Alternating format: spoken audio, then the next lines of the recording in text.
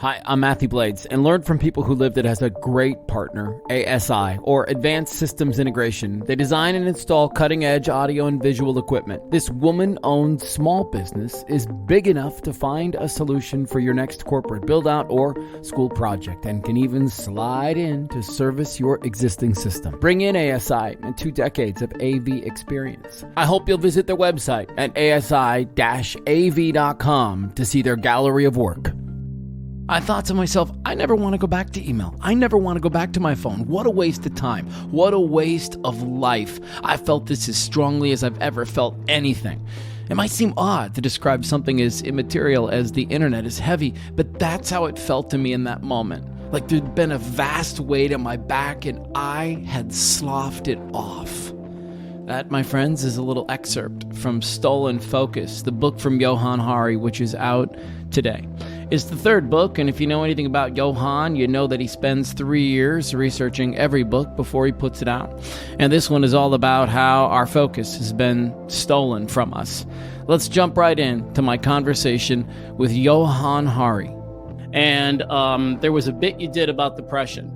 And I'm not kidding, Johann. It really opened up my eyes. It was a portal moment for me where you hear the right sequence of words, and all of a sudden they touch you deeply and you're unlocked and you realize what you have to do now, you know? And I know you get that. So first, welcome. Psyched to have you here. Thank you.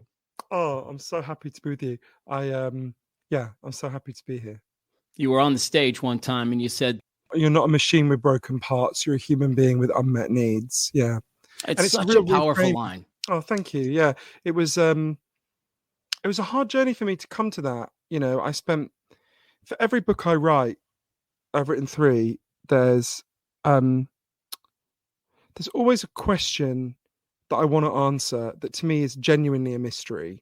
Like, you know, I have some ideas. I'm not a complete blank slate, but I don't understand it. So the first book I wrote, Chasing the Scream, was about addiction. We'd had addiction in my family. One of my earliest memories is of trying to wake up one of my relatives and not being able to.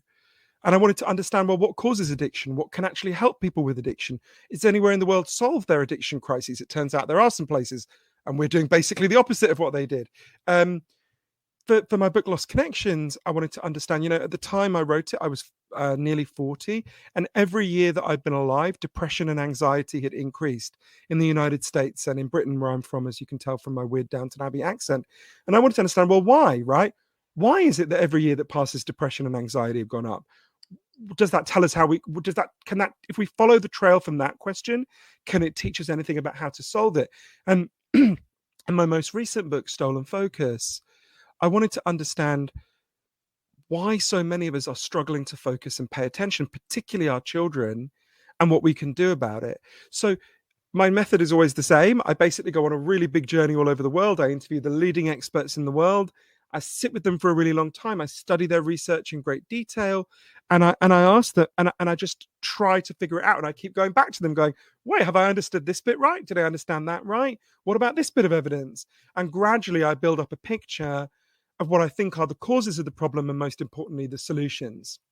So let's talk about that moment you had with your uncle, where you know he's dying, right? And you can't save him. It's a parallel to my life, Johann, because when I was 23, my father had a heart attack and dropped dead in front of me, and I tried to save him, and I couldn't. And so I understand the impact of those moments, and I understand the impact that those stories can have on us moving forward.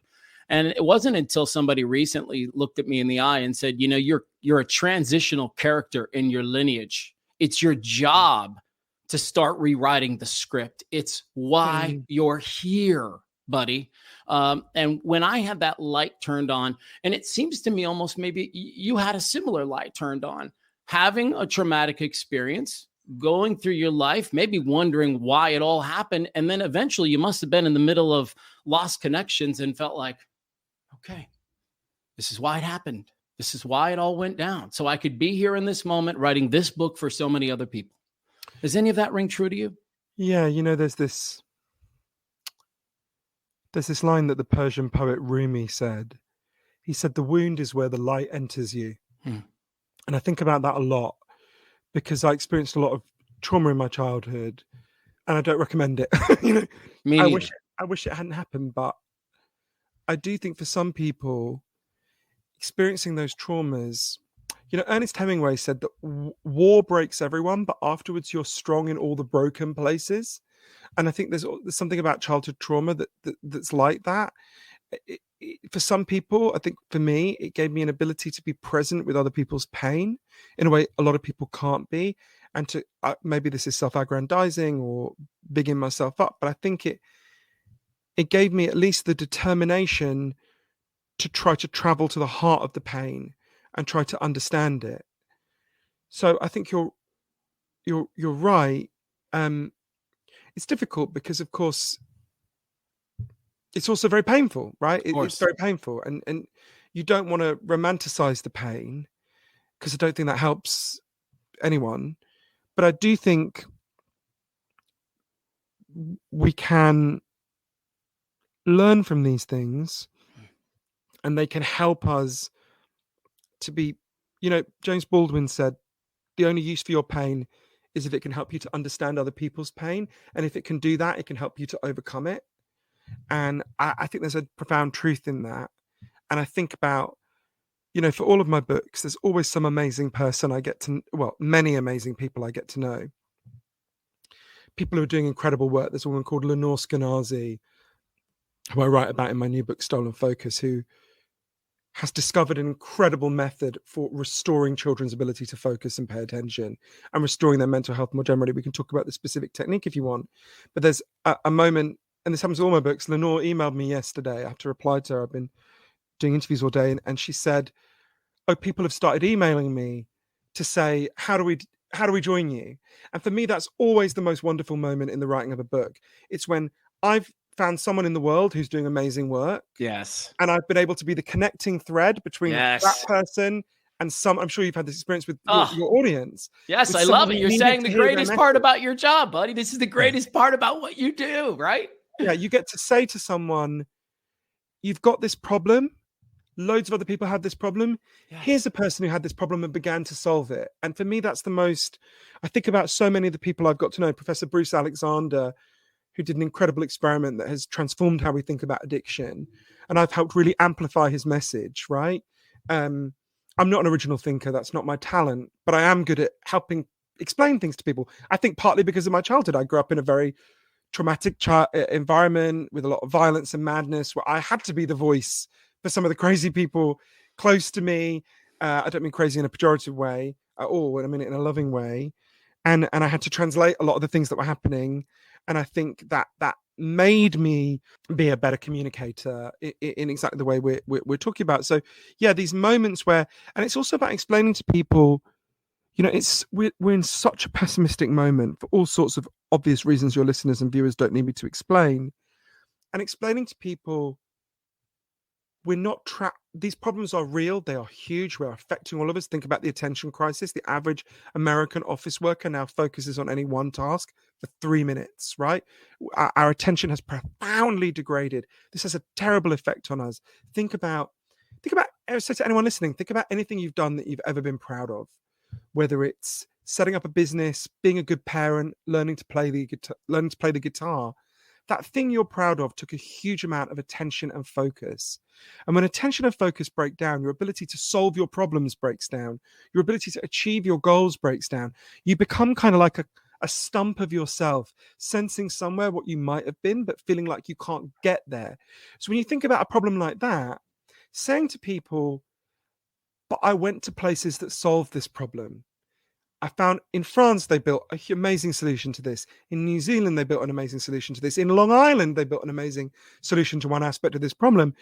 When you can connect people with the solutions, you can help them to understand what's causing the problem and then connect them to the solutions. I went to a country that went from having the worst drug overdose crisis and addiction crisis in the European Union to having the lowest level of addiction in the European Union. I can tell you how. Portugal, when you can see that, when you can go to those places and see the solution and realize it's not an abstract thing, you kind of go, oh, maybe we can solve this. I've been to the places that solved it. Yes. There's nothing more empowering and joyful than that. everything you just said. That's the reason you go and dig into all the Johann Hari material, right? The first book, the second book, and now the third book, which is called Stolen Focus. I'll put that, I think I have a way to put that right up in the corner. There it is. In the book, you talk about something that I am entering more and more every single day, which is a flow state. For years, I did what I did, and I woke up every morning and did what I did, right? And I became kind of this autopilot and smile mode is what I call it. It's not really a thing. It just sort of sums up how I operated, right? I'd been doing it long enough where that was the case. And when I finally did all the breaking down and went to the dark place and uncovered some of that stuff from my childhood, you and I, it sounds like maybe rode a pretty similar boat. I was able to unlock why I was holding myself back and why I was getting in my way. I'm more in a flow state than I have been in years. You articulate in the book that you need 3 things to have a flow state. And so I would love to spend a few minutes talking about this, because to me, and we've all experienced it, right? The moment where it feels like time doesn't exist and, things are really good. So will you talk a little bit about that? Because it's a fascinating bit, Bud. So flow states, everyone listening will have experienced a flow state. A flow state is when you're doing something meaningful to you and you really get into it, and your sense of time falls away, your ego falls away, and it's like your attention is just gushing forward. It's not an effort. The way one rock climber put it is a flow state is like when you feel that you are the rock you're climbing. And I wanted to, this is really important for the debate about attention, because flow is the deepest form of attention that human beings can provide. And it's the form of attention which is least difficult. Once you're in it, it's not an effort. It's not like learning facts for an exam where you go, oh God, how am I going to cram this into my brain, right? So I went to interview Professor Mihaly Csikszentmihalyi. You have no idea how long it took me to learn to say that. The man who first coined the phrase flow states, and a completely incredible professor of psychology, who spent 50 years researching flow states. He sadly, I think I did the last interview with him because sadly he died recently, which is a dreadful loss because he was a great man. And he discovered a huge number of things about flow states. But I think there's 3 that you allude to that I think are particularly helpful for anyone listening who wants to maximize their chances of getting into a flow state. There's no guarantee, but if you want to increase your odds of doing it, because it used to be when I couldn't pay attention, I would just go into, I'd blame myself. I'd say, you're weak, you don't have willpower, you're not strong enough. Now, one of the things I do, there's many changes I made that I talk about in Stolen Focus. One of them is I said, okay, how can I try to get into a flow state, right? And the tips he gave were, there are many, but let's boil it down to these 3. One is, you want to get into a flow state, the first thing you have to do is you have to choose one goal and set aside all your other goals, right? If you're trying to do lots of things, if you're trying to paint the canvas while checking your text messages, you will not get into flow, right? You've got to do one thing. The second thing is you've got to choose a goal that is meaningful to you. Your attention will slip and slide off of things that are not meaningful to you. Attention is absolutely tied to meaning. This is why it's such a problem that our school system deprives children of meaning and gets them to learn things for meaningless tests. We can come to that later if you want. You've got to choose one, you've got to choose something that's meaningful to you. And the third thing is it really helps if you choose something that's at the edge of your abilities, at the edge of your comfort zone. So let's say you're a medium talent rock climber. If you just try to climb over your garden wall, that's not going to get you into flow. It's not hard enough. If you try to suddenly climb Mount Kilimanjaro, that's not going to get you into flow. It's going to be too overwhelming. You want to choose a slightly higher and harder rock face than the one you climbed last time, right? So you do these 3 things. Choose one goal and set aside all your other goals.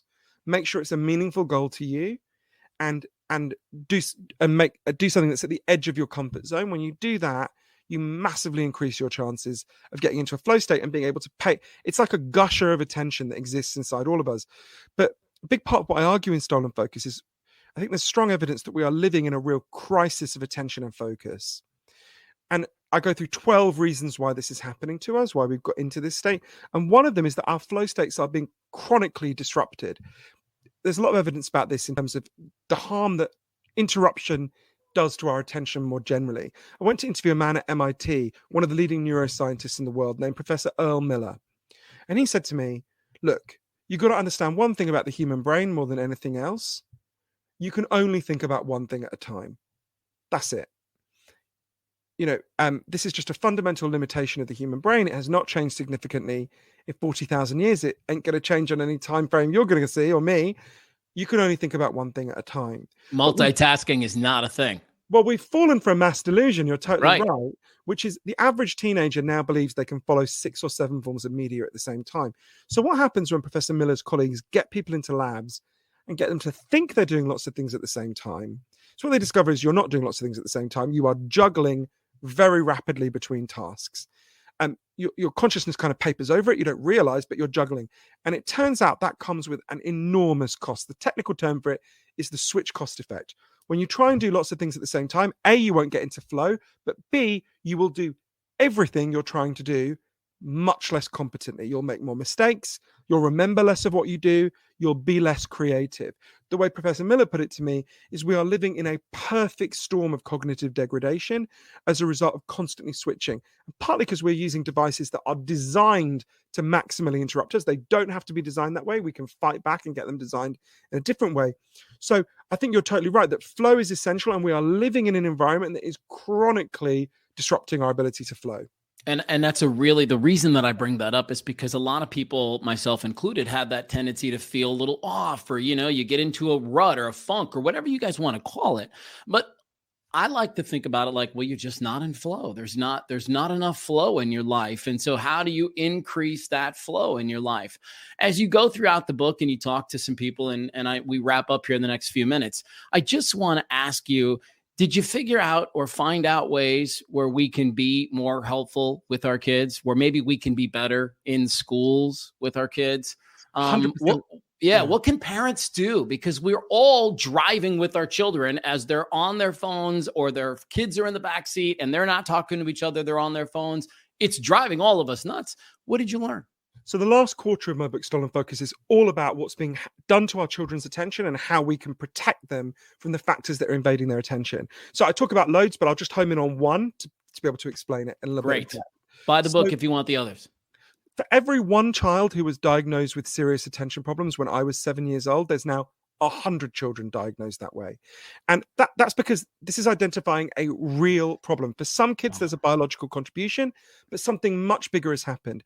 It is not a coincidence that this collapse in children's attention has occurred at the same time as a profound transformation of childhood. Think about my parents' childhoods. My parents grew up in very different places. One of them in a village in Switzerland and one of them in a working class neighborhood in Scotland. Both of them, from when they were 5 years old, walk to school on their own. They'd meet up with the other kids, they'd walk, and then they'd leave school on their own. They'd wander around the neighborhood with the other kids. They'd play freely, and they'd come home at like 6 p.m. when they were hungry. That's my childhood, right? It's your childhood. It's what almost all human childhoods look like for almost all of our history. And then suddenly, in the space of effectively one generation, it ended. By 2003, only 10% of American children ever played outside their home without adult supervision. And I think the ones who did play outside, if I remember rightly, the average amount of time they spent doing it was like 12 minutes. So we effectively imprisoned all our children. Childhood became something that happened behind closed doors. And there's evidence this has a disastrous effect on children's attention. There's many ways. I'll give you just 2 examples. One is children need to exercise in order for their brains to develop. Professor Joel Nigg, one of the leading experts on children's attention in the world, talks a lot about this. We've stopped our children from running around. That profoundly damages their attention. I know that sounds like a bit of a no shit Sherlock insight, but we know it, but we don't act on it, right? That damages attention profoundly. One of the single best things you can do to improve children's attention is to let them go run around and play freely. There's many other ways as well in which it's damaged our attention that read the book for that if you want. Certainly. Yeah. So because you make good points about why, for those who need to understand the why behind it, it's good to go in. So continue. So for the solution, and this is one of many solutions I put forward in the book, I saw one of the solutions in practice. It's one of the most moving things I've ever seen. So there's a program run by an incredible woman named Lenore. And I urge every parent listening, go to letgrow.org and you can learn about this. So Lenore wanted to restore childhood. She believes that children, in order to become healthy adults, need to experience escalating levels of independence and freedom, starting from when they're quite young. and that we've stopped that. We've hugely crippled and hindered that, and it's had a terrible effect. So she was trying to persuade parents. She would often go and talk to them and say something like, tell me about something you did when you were a kid that you loved, that you don't allow your own children to do. And people would talk about how they used to ride their bike in the woods. They used to play marbles. There were so many examples. But Lenore discovered that just saying to parents individually, let your kid go out and play doesn't work. Because if you're the only person doing it, your kid gets scared and you look like a maniac. In fact, often people ring the police when they see children playing outdoors now, right? True. Because they're being neglected. So what Let Grow does is they go to whole neighborhoods, whole communities, whole schools, and they persuade the whole community to give their children increasing levels of freedom and let them play outside. And I'll never forget, I spent a lot of time looking at these programs. We went to a part of Long Island, me and Lenore, to look at one of the Let Grow programs. And there was a boy I met there who was a 14-year-old boy. It was a big, strong 14-year-old boy. And until this program had begun, I think 9 months before, his parents had never allowed him out of the house on his own. They wouldn't even let him jog around the block, right? I asked him why. And he said, I'll never forget it. He said, my parents are afraid of all these kidnappings. To give you a sense, this is a town where the French bakery is across the street from the olive oil store. And this young man had a level of fear that would have been appropriate if he was living in Syria, right? But then this program began, and he began to leave his house and meet up with his friends. And he would leave the screens in the house and they would go out together. And that boy and his friends, after they got this increasing level of freedom, they went into the woods and they built a fort together with their own hands. And when this boy talked about it to me, and the difference between building something with your own hands freely with your friends and being on screens, it was like, this might sound melodramatic, it really was like watching him come to life. Yes. And so many of these other kids, it was like watching them come to life, talking about finally doing something. Johann, they did come to life. Yeah, right. Exactly. And when that, I remember when that boy left, Lenore was with me that day. She said to me, think about human history and human prehistory. I think we're not meant to say prehistory anymore, whatever the correct term is. She said, all of human history, young people, they had to go out, they had to hunt, they had to seek, they had to build things. And we took all that away in one generation. And right. That boy, set free, went into the woods and he built a fort, right? There is something deep in us that wants to explore. And at the moment, the only way we let our children explore anything is on Fortnite, right? And Minecraft. You can't be surprised if your kids become obsessed with exploration in video games, if that's the only form of exploration we ever allow them. So a big part, there's many things we have to do to restore our children's attention. We have to change our food supply. We have to take on big tech. There's so many things I talk about in the book. We have to change the way our schools work. There's a huge range of things that I talk about, and we have to protect them at an individual level, and I talk about how we can do that. But the first and biggest thing we have to do is we have to give them a childhood that our ancestors would recognize as a human childhood. And we can do that together. Letgrow.org. Everyone should go to them. Yeah, it's fantastic, man. And it's in line with everything I'm telling everybody right now. It's like up first discovery, right? As soon as you figure out that there's a problem, great. Then you can own it and you can figure out what your role in is it and or isn't it the whole thing and try to get some solutions. And then you transition, you lean into it. That's oftentimes what we don't do enough of is we kind of get a problem and we kind of shy back. I'm telling you, lean into the problem and figure out where the people are that are having, just incredible impacts like Lenore, and move on it. Yeah, I'll make sure that I link that whole thing and we get it put up there.